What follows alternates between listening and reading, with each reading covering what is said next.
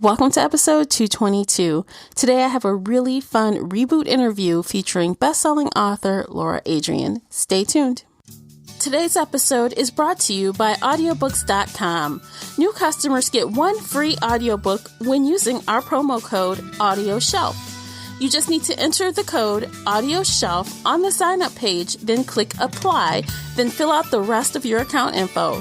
Support this podcast by using our code AudioShelf and get your first audiobook free.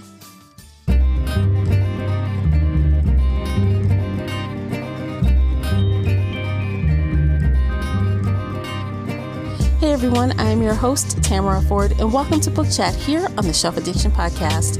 If you're new here, welcome, and if you're returning, welcome back. So glad you're here. On Book Chat, we get bookish with roundtable book discussions, book recommendation lists, interviews, and more. Be sure to check out shelfaddiction.com for even more content. Back in late 2016, I had the opportunity to interview best-selling author Lara Adrian live on YouTube. This interview was never published here on the podcast. As this interview was live, I tried to maintain the integrity of it, so there are minimal edits. Please keep in mind while listening to this episode, this was before my oh-so-excellent podcast equipment, and it was really old school on YouTube, so I've done the best I can with the sound, but I know you will enjoy the interview because Lara Adrian is awesome. I'm going to tell you a little bit about today's interview guest. Lara Adrian is a New York Times and #1 internationally best-selling author with nearly 4 million books in print and digital worldwide and translations licensed to more than 20 countries. Her books have been named among Amazon's top 10 romances of the year and have also been nominated by readers multiple times as finalists for the Goodreads Choice Award for Best Romance of the Year. If you all like this, please like the episode, send me a tweet, let me know, because throughout the year, I may be publishing more interviews that I'm going to pull out of my YouTube vault to share here on the podcast. If you'd like to comment on something you've heard during today's episode, you can find me on Twitter at Shelf Addiction or call in and leave an internet voice message via SpeakPipe. The links for everything related to today's episode are below in the show notes. Now on with the interview. Without further ado, hello, Lara, welcome. Thank you for taking the time to chat with me today. Hi, thank you for having me. No problem. How are you doing today? I'm doing great. I actually had a really exciting weekend, so I'm doing really well. Really? Are you going to share why it was an exciting weekend? Oh, sure. Okay. It's kind of a long story, but romance readers will probably appreciate it. A year ago, last summer in August, my mom had a fall at home and she passed away. She had a brain injury and she died. Well, this year, almost a year to the day, about a week before the 1-year anniversary, my family was contacted by someone who said that he had a really good reason to believe that he might be my mom's child that she gave up for adoption when she was 23. And my mom met my dad and married him when she was 28. So, and had never mentioned anything like that. And we were all kind of skeptical at first, but when we saw, all the information that he had, and he had done a DNA test and he'd gone through Ancestry. And I mean, it was just, you couldn't even deny it. And it turned out she did. She had a secret baby when she first came here from Germany when she was 23 years old. And it was, different times. It was 1961 or 2.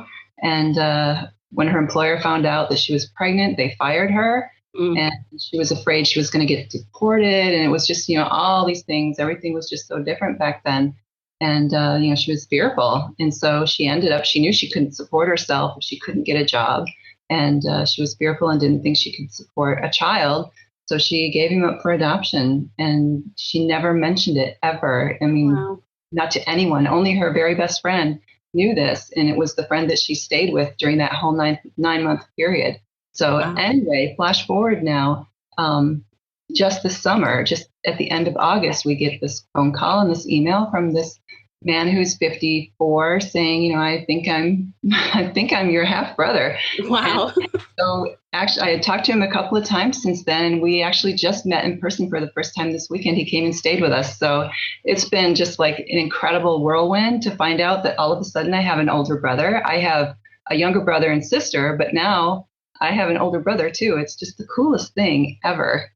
Was it So like a really odd shift to go from being the oldest to not the oldest anymore? Like, yeah, but the funny thing is, I never really felt like I fit that oldest child thing. I mean, I'm driven and everything, but I'm not the first one to jump out and be the leader. And that's just not my personality. I'm a little bit more reserved than that. So it kind of makes weird kind of sense to me. It just feels natural.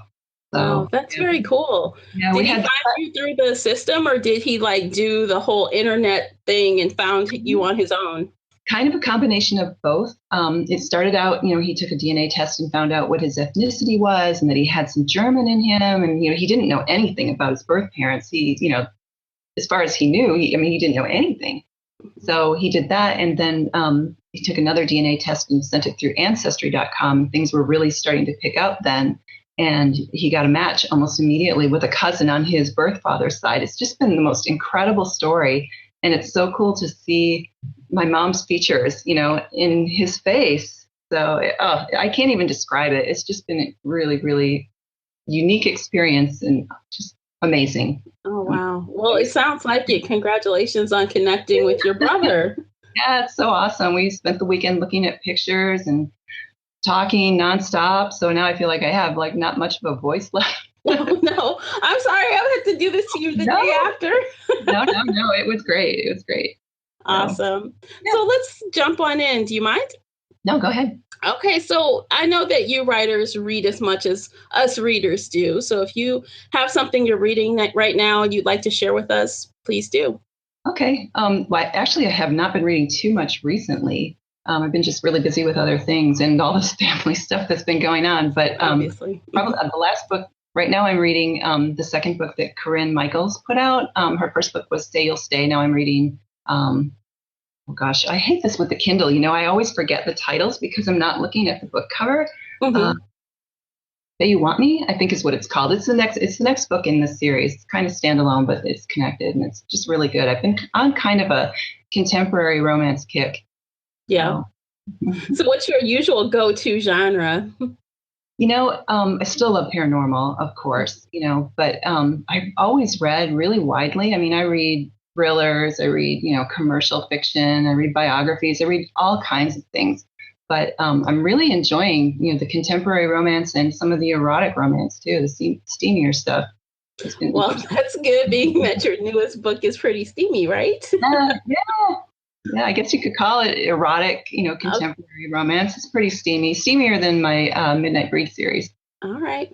So do you have any books or authors that you would say have influenced your writing style? I know it's probably evolved over the years, but do you have any influences? I would say, my perennial influences, of course, it started out with Stephen King when I was a kid, Dean Koontz, Anne Rice. Those three, and John Saul, too. I don't know if you've heard of him, but he kind of faded away. He was really big in the 70s with a lot of like thrillers and paranormal type thrillers, suspense novels. So I read a lot of that. I would say those four, but definitely the other three in general influenced me the most growing up and just kind of made me think that, I really wanted to be a writer. I wanted to do that, So that's now, really cool. Now I kind of feel like, I've just kind of developed my own voice. I don't really feel like I have influences necessarily. It's just that, I can admire other writers, definitely. Mm-hmm. But I don't feel like, I wish I had written that, Right. It just differently, I guess. Well, I know you're very well known for your paranormal romance series. What made you want to kind of switch gears and write a contemporary romance, erotic type book? I actually started getting this idea for this storyline and these characters. I still haven't read 50 Shades of Grey, but I'm not really writing the true like bondage and a lot of the BDSM. There's just a little tiny bit of it in my books. I think I'm maybe too big of a feminist to really get into it. I don't know. It just everybody's got their own thing, right? Right. So I like a little bit, but anyway, I had this idea for these characters and the storyline for a while, but I was so busy with my paranormal stuff that I just didn't have a chance to do it. And I was working on some collaborations with some other authors, and I just hadn't had a chance. Well, finally, I was on book tour in Germany and Paris, and I had mentioned to my German publisher, I really wanted to write this trilogy of steamy / erotic contemporaries, and it was a connected series. And they were really interested. And so my husband and I, after we went to Paris for the next leg of the book tour, I said, let me tell you about this idea. And so we sat down in this cafe in Paris and basically plotted out all 3 books. I told him, here's what I wanted to do. And instead of going to museums, we ended up just like plotting out 3 books together. Oh, that's fun. Yeah. So did he have a lot of input on some of the parts? Or? Yeah, he's a good sounding board because, I like having that male perspective. I mean, I feel pretty confident that I can write alpha males and, write from a male perspective anyway, but it's always good to have that sanity check. Mm-hmm. So, and he's got really good ideas for, characters and plots, and he'll check my logic, that kind of thing, and see if he can drive a truck through some of my plot holes. Oh, so, that's cool. Yeah. That's pretty handy, huh? Yeah, very handy. Awesome. So being that it's kind of dubbed as erotic romance, let's talk a little bit about the heat level.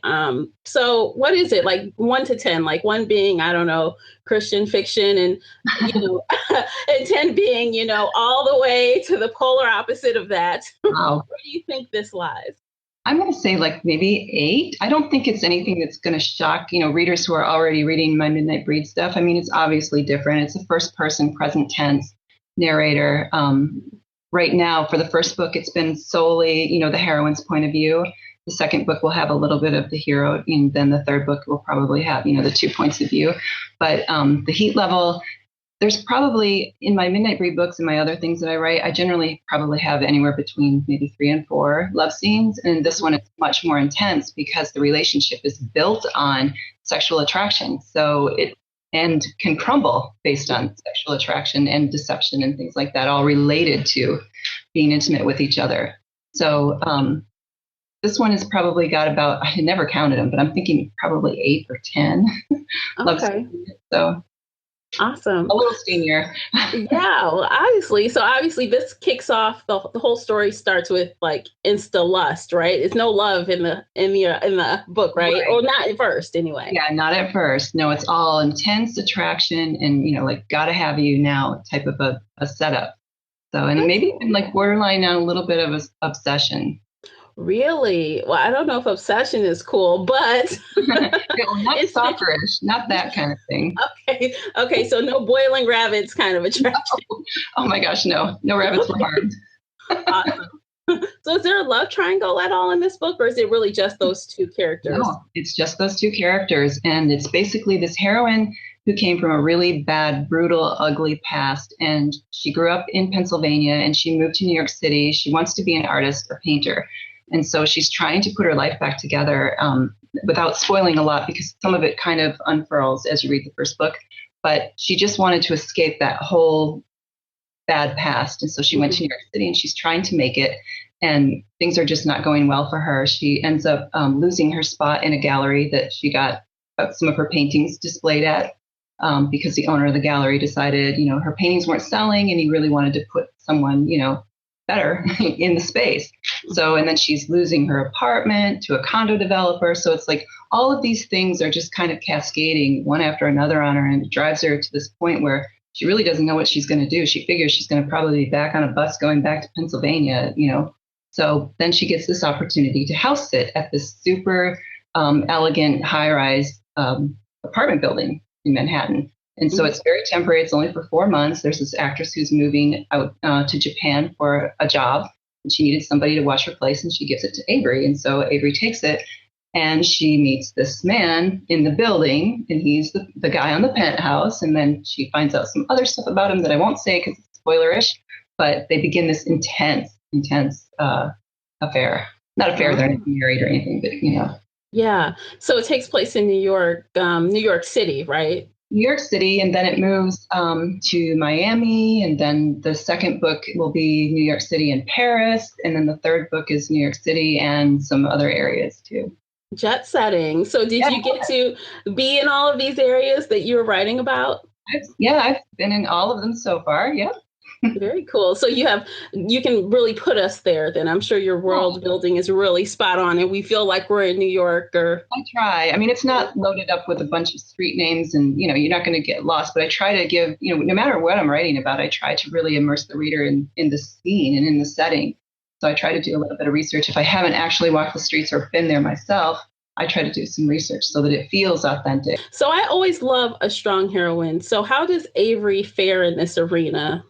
Well, when she starts out, I would say that she is resilient. I don't know that I would look at her or that she would even view herself as being, strong. Mm-hmm. So, but she's definitely resilient. I like a strong heroine too. I don't like a doormat. So most of my heroines are pretty strong. They might come from something, damaged. They might be broken, but they come around. They're not helpless. Right, right. So obviously, to counter a strong woman, we usually need an alpha guy that can handle the strong woman. So is Dominic alpha or is he kind of beta? He is totally alpha. I don't think I've ever written a beta hero. Yeah. Uh-huh. I try to write the things that I like, and because I feel like I'm writing for myself first, no matter what I'm writing, and that I love those dark alpha heroes, not like to the point where you're questioning, their sanity or something, or if you need to get a restraining order, not that kind of alpha, but Right. definitely the big bad, but all of them have like an inner core of honor, and I think that's the key for me anyway in a hero.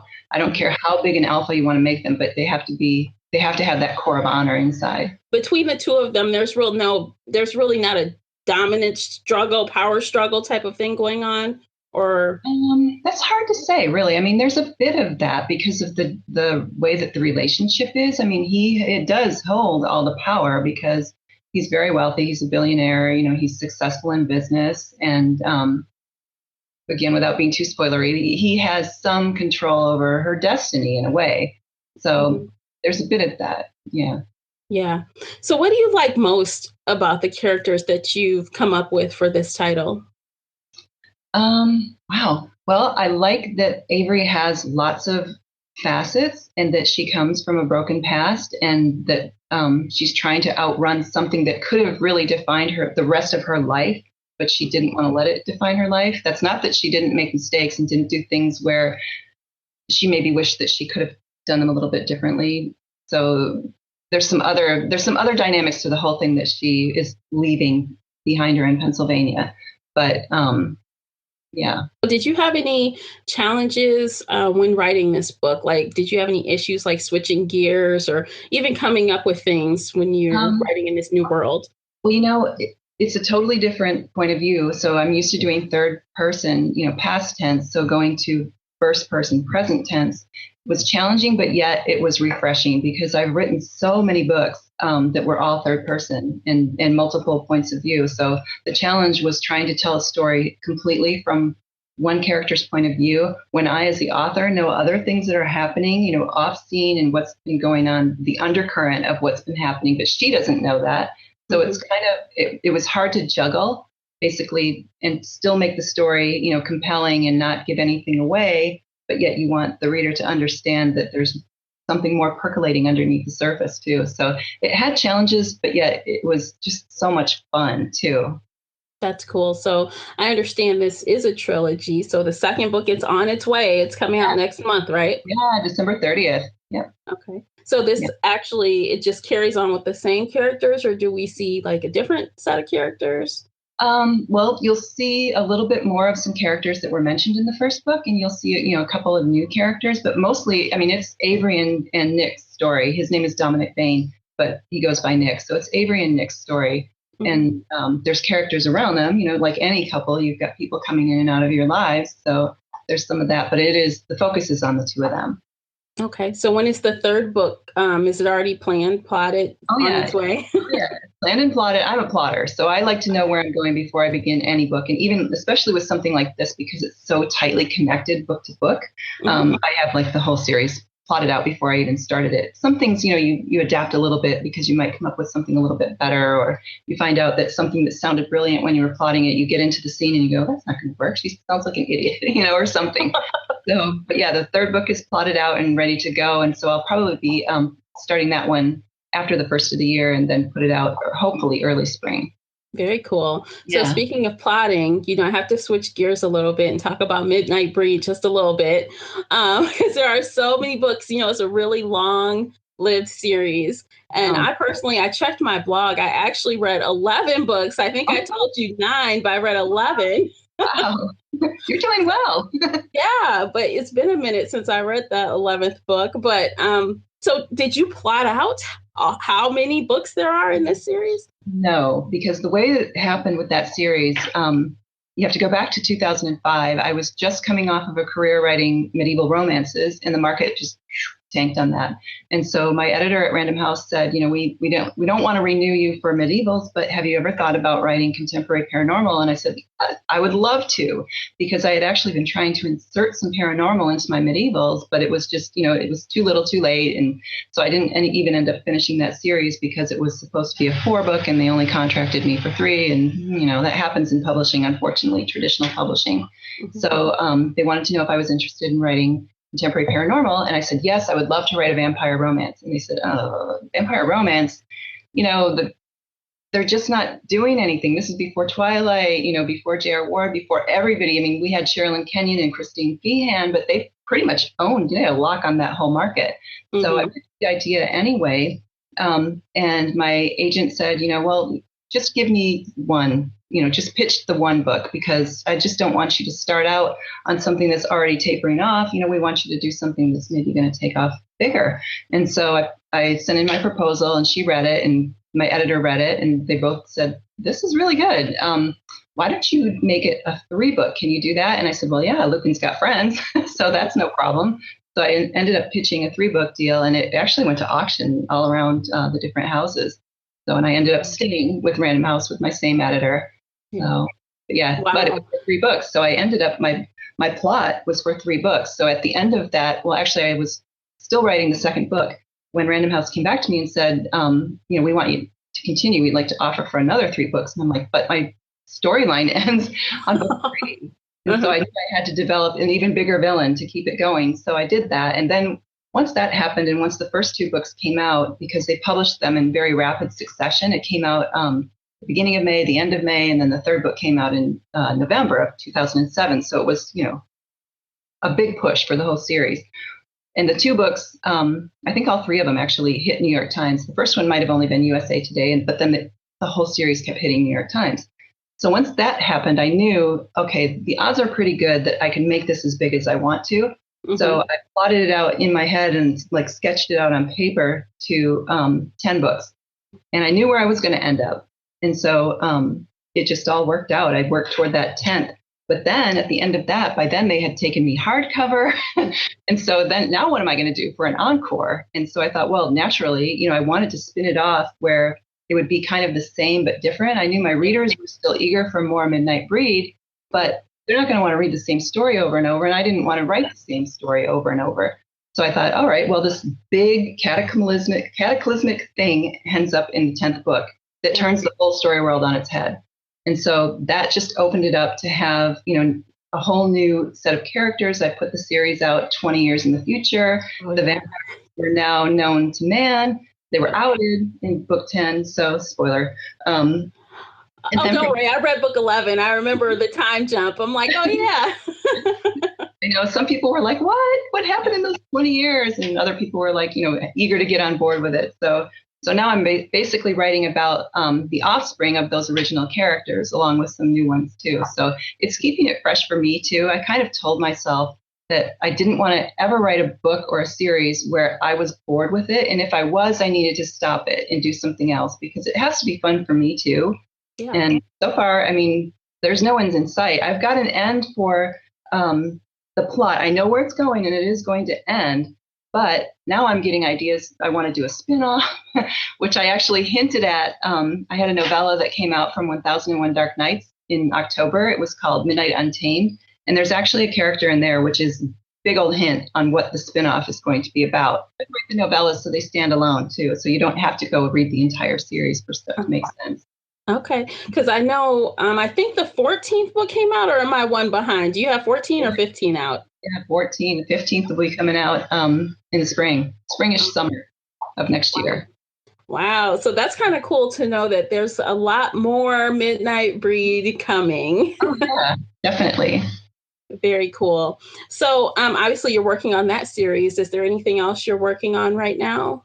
Those 2 are keeping me pretty busy. I've got ideas for some other paranormal series, but I haven't started them yet. And I'm trying to plan out my schedule. I've done a lot of collaborations, and I've done a lot of conventions and things. And there's been a lot going on at home with my mom, and then we moved. So my life has been pretty full, and I haven't really been able to devote a lot of time to something else in addition to those two main series that I'm working on.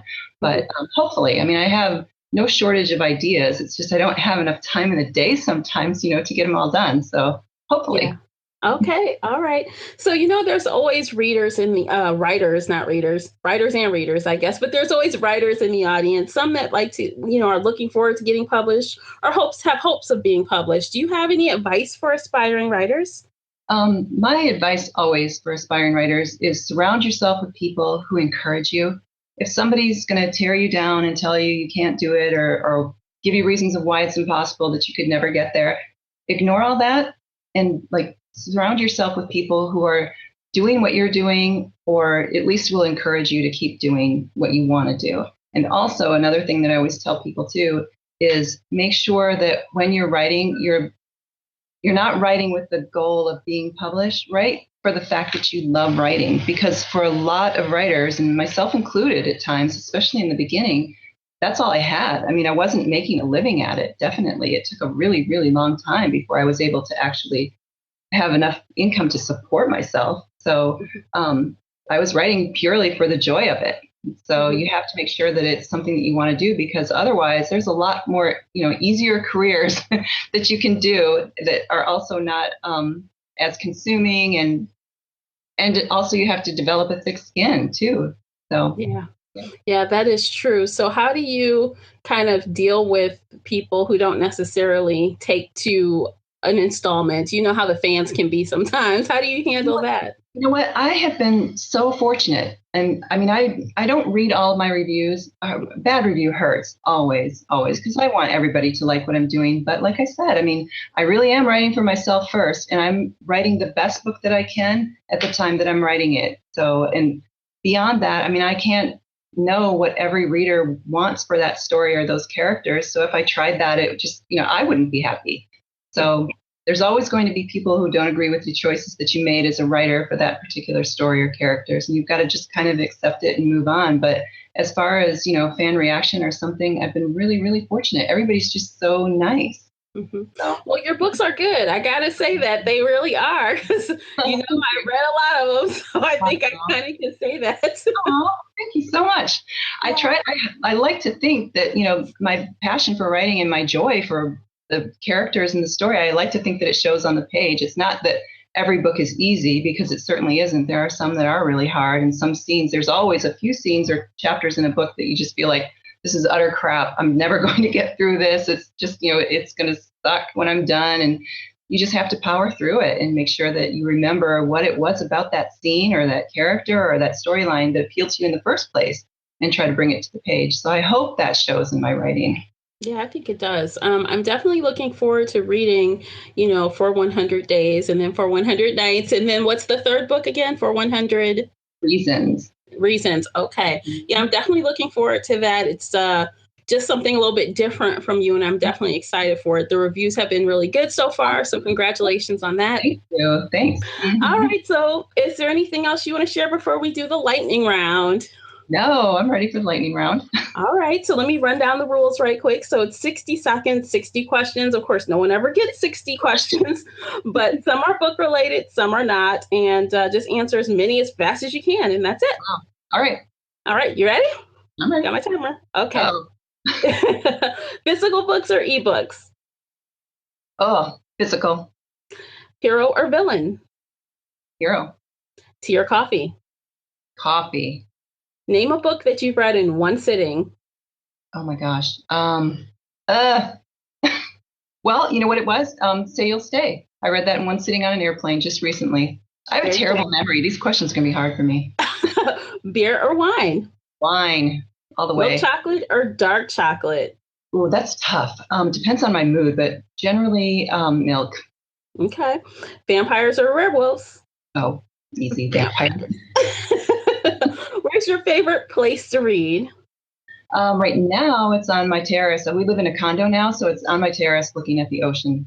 Oh, cool. Cats or dogs? Cats. All my life, been a cat person. Oh, cake or pie?